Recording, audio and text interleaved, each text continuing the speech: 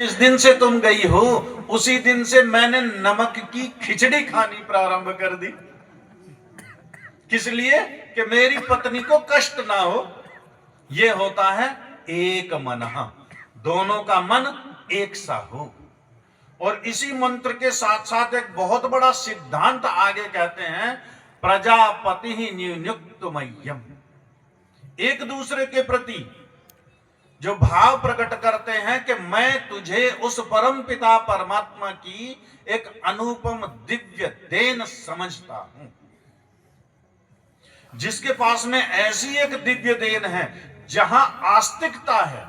भले ही हमारी पीढ़ी पीछे यदि हम अवलोकन करेंगे वो शिक्षित ना हो, वो पढ़े लिखे ना हो, लेकिन यदि जो आयु वृद्ध बैठे होंगे सभा में वो विचार कर लें और पीछे इतिहास में दृष्टिपात कर लें, 60, 70, 80 वर्ष पीछे तलाक की कितनी घटनाएं हमारे परिवारों में घटी, हमारे समाज में घटी, हमारे कहीं मित्र गण में, कहीं परिचित में, कहीं संबंधियों में, कहीं रिश्तेदारियों में सुनाई नहीं देती थी। ये घटनाएं सुनाई नहीं देती थी। उसका आधार ये मंत्र था जो विवाह के बाद में ये दिया जाता है। ये परिवार को एक सूत्र में बांधने का सूत्र दिया जाता था, जहां एक दूसरे के एक मना होकर के कार्य करते थे।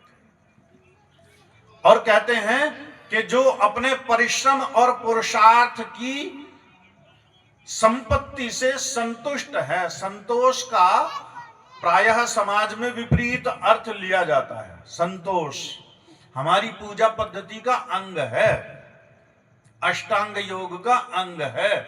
नियमों में आता है शौच, संतोष। क्या है जी संतोष? जानते हो संतोष की परिभाषा? संतोषम परम लाभम। इससे बहुत बड़ा लाभ मिलता है क्या संतोष? गजधन, गौधन, बाजधन और रतन धन खान, और जब आवे संतोष धन तो सब धन। अच्छा, ये व्यवहार में आता है क्या दोहा? व्यवहार में आता है जी। विद्या वही है जो व्यवहार में आती हो, और जो व्यवहार में ना आती हो वो कूड़ा करकट है, उसको अलग फेंक दो, उसको अपने मस्तिष्क में ना रखो। ये तो कहने सुनने की, बेकार की, मूर्ख बनाने की बात है। और इसे कौन बताते हैं? अभी आदरणीय बच्चू सिंह बता करके गए हैं। ये जो बड़े बड़े कथावाचक बैठते हैं ना मंचों पर, ये बताते हैं ऐसी ऐसी कथाएं कि आप संतुष्ट रहो, अपने धन को यहां छोड़ जाओ, कूड़ा करकट है यहां फेंक जाओ हमारे पास, हम संभाल लेंगे दुनिया भर का कूड़ा। ऐसा नहीं है। संतोष का क्या अर्थ है? अपने पूर्ण पुरुषार्थ के बाद जो मुझे परमपिता परमात्मा की न्याय व्यवस्था से फल मिला है, इसका नाम संतोष है। हम प्रायः गांव वाले हैं, सब बैठे हैं, कृषि से हमारा अधिक संबंध है। एक खेत यहां मेरा, एक खेत यहां आपका, बिल्कुल बराबर बराबर। और अब फसल गेहूं की चली रही है। गेहूं आपने भी वही बीज बोया, मैंने भी वही बीज बोया, खाद पानी सब एक सा लगाया। ध्यान पूर्वक इधर सुनो बच्चों, परस्पर वार्ता नहीं करेंगे, मेरी तरफ देखो, इधर, हाँ बस इधर देखते रहो। एक खेत में दोनों ने साथ साथ गेहूं बोया, बीज भी वही, खाद भी वही, पानी भी वैसा ही, भूमि भी समान ही है। लेकिन मेरे खेत में निकला 2 क्विंटल, कितना निकलता है यहाँ एक बीघा में? 10 क्विंटल। 10 क्विंटल एक बीघा में? कितना बड़ा बीघा होता है? 20 बीघा। चलो बढ़िया है। अच्छा, 10 क्विंटल निकला मेरे खेत में, 10 क्विंटल निकला, और पड़ोसी के खेत में, बराबर वाले खेत में 5 क्विंटल निकला। अब क्या हुआ कि मेरा खेत, इसका खेत, दोनों का एक सा है, या हम ये कहें कि खेत ही एक है, बीच में मेंढ तो लगाई है, भाइयों का ही है दोनों का। अब यहां पर क्या असंतुष्टि होनी चाहिए? क्योंकि ये जो फल मिला है, पुरुषार्थ दोनों ने एक सा किया, परिश्रम एक सा किया, बीज, खाद, पानी, निराई गुड़ाई सब एक सा किया, लेकिन फल देने वाला कौन है? परम पिता परमात्मा है। कर्मण्यवाधिकारस्ते मां फलेषु कदाचन। कर्म में अधिकार नहीं होता ना। तो यहां पर जो परमेश्वर की व्यवस्था से जो हमें फल मिला है, इसमें मैं संतुष्ट हूं। और ऐसा नहीं कि आज के बाद मैं गेहूं नहीं बोऊंगा या मैं खेती करना छोड़ दूंगा ना, पुनः अपने उसी पुरुषार्थ में लगा रहे, इसका नाम संतोष है। जो बाबा लोग हमें बहकाते हैं उसका नाम संतोष नहीं है, उसका नाम तो छल है। तो जहां परिवार की ऐसी स्थितियां होंगी उस परिवार में निरंतर सुख समृद्धि उत्तरोत्तर बढ़ेगी ही बढ़ेगी। तो ये सूत्र हम सबको अपने मस्तिष्क में बैठा करके रखना है कि हम अपने परिवार में किस प्रकार सुख को बढ़ा सकते हैं। उसके लिए कहीं त्याग भी करना पड़ता है, कहीं धैर्य भी धारण करना पड़ता है, कहीं सहनशीलता को भी धारण करना पड़ता है। तो हम करें और अपने परिवारों का हम सुख बढ़ाने का प्रयास करें। आगे चलें या उसमें चलें? प्रश्न क्या है आपके?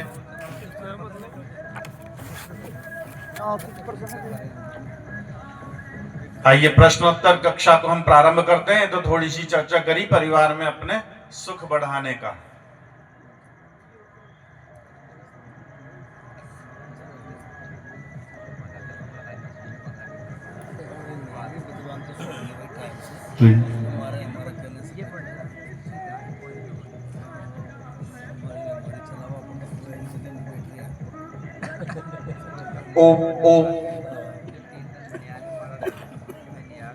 आचार्य जी का बहुत सुंदर प्रवचन अभी हमने सुना। अब शंका समाधान का ये थोड़ा कार्यक्रम रहेगा। शंका समाधान में ये होता है कि जो मन में शंका है अपनी आत्मोन्नति को लेकर वो हम पूछ सकते हैं। ये एक तरीके की ऋषियों की परंपरा है कि शंका समाधान से हम अपनी बात को आचार्य जी प्रवचन कर रहे हैं लेकिन हमारे मन में जिज्ञासाएं रहती है, हम पूछ नहीं पाते। तो शंका समाधान से हमें जो पूछते हैं वो बिल्कुल समझ में आता है। तो आचार्य जी इसमें ये शंका है कि धर्म और मजहब में क्या अंतर है। इसको ऐसा सेट करो वहां कि आपका भी उसमें चित्र है, प्रश्न पूछने वाले का भी और उत्तर देने वाले का भी। माइक को ऐसा सेट करो जहां प्रश्न पूछने वाले का भी जिसमें चित्र है और उत्तर देने वाले का भी। जी प्रश्न बहुत सुंदर है। धर्म और मजहब में क्या अंतर है? आपने एक वाक्य सुना होगा यहाँ पर भी, मजहब नहीं सिखाता, आगे आपस में बैर रखना। सुना ना? ये भी बुद्धि बांधने का ही मंत्र है। आपस में वैर सिखाता ही मजहब है, धर्म नहीं सिखाता। आचार्य चाणक्य से अभी सुख की चर्चा की थी ना, जो लंबी डिटेल में नहीं गए थे। आचार्य चाणक्य से पूछा था सुखस्य मूलम किम, तो उत्तर देते हैं धर्म। वो दूसरा सूत्र है, ये मैंने दूसरे श्लोक की चर्चा की थी। तो सुख बढ़ाने का जो मूल है वो धर्म है, और धर्म किसी के साथ में पक्षपात नहीं करता। ऋषि दयानंद ने एक लघु ग्रंथ लिखा आर्योद्देश्य रत्नमाला, उसमें 100 सिद्धांत दिए हुए हैं, एक एक दो दो पंक्ति की परिभाषा है, और वहां पर वो धर्म की परिभाषा सुनिश्चित करते हुए कहते हैं जहां पक्षपात रहित व्यवहार है वही धर्म है। और ये मजहब तो सिखाता ही समाज को बांटने का कार्य करता है। अब इनमें भेद क्या है इसको हम समझें। तो महाराज मनु जो इस सृष्टि के प्रथम सिद्धांत बनाने वाले, संविधान बनाने वाले, कानून बनाने वाले व्यक्ति, जो मानवीय संविधान है इस सृष्टि का प्रथम, वो क्या है?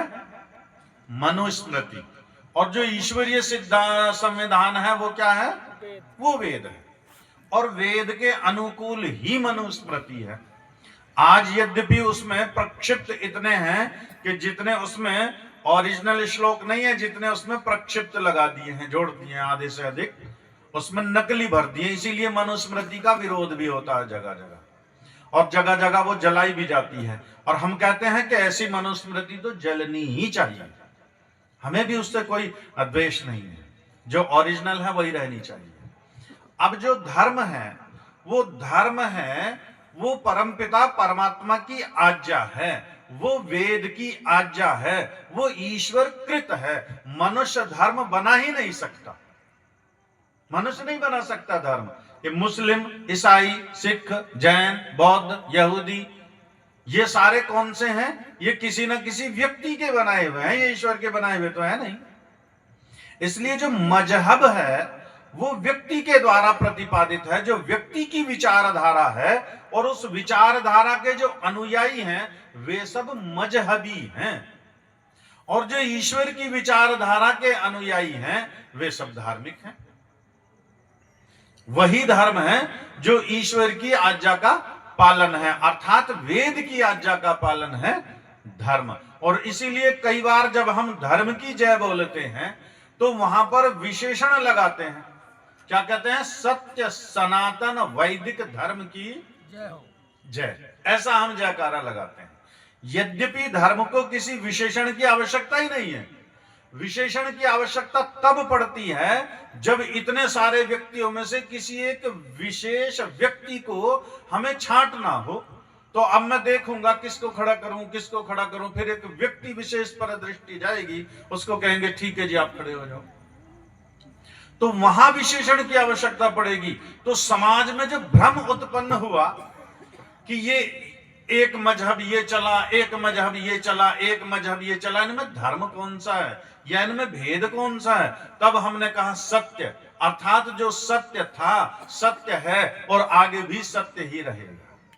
और सनातन, इस शब्द को बड़ा ध्यानपूर्वक समझेंगे। 3 शब्द हैं। एक शब्द है ये हमारा सनातन, क्या शब्द है? एक शब्द है हमारा पुरातन। पुरातन किसे कहते हैं? जो प्राचीन है। और पुरातन वो है जो पुराने काल में था, आज नहीं है, इसका नाम पुरातन। एक शब्द है नूतन। नूतन मीन्स नया, जो आज है पहले नहीं था। दोपहर की सभा में बहन जी ने बताया, सविता जी ने बताया कि 5000 वर्षों के पीछे कोई धर्म, ये मत, पंथ, संप्रदाय, मजहब थे ही नहीं। तो ये सारे कैसे हुए? पुरातन या सनातन या नूतन। तीनों की मैंने परिभाषा आपको बता दी। जो पहले था अब नहीं है, इसका नाम है पुरातन। जो आज है पहले नहीं था, इसका नाम है नूतन। जो पहले भी था, आज भी है और कल भी रहेगा, ये है सनातन, जो सदा से रहने वाला है, जो इस सृष्टि में भी था, पूर्व की सृष्टि में भी था और आगे आने वाली सृष्टियों में भी रहने वाला है। इसका नाम है सनातन। और यही धर्म है। और ये तो बनते रहते हैं, बिगड़ते रहते हैं। आज चल रहा है बाइबल का और इसका कुरान का, कल नहीं होगा, निश्चित है। ये सत्य है, कल नहीं रहने वाले हैं ये। अब इनका कार्यकाल कितना होगा वो परमेश्वर जानता है, हम तो सर्व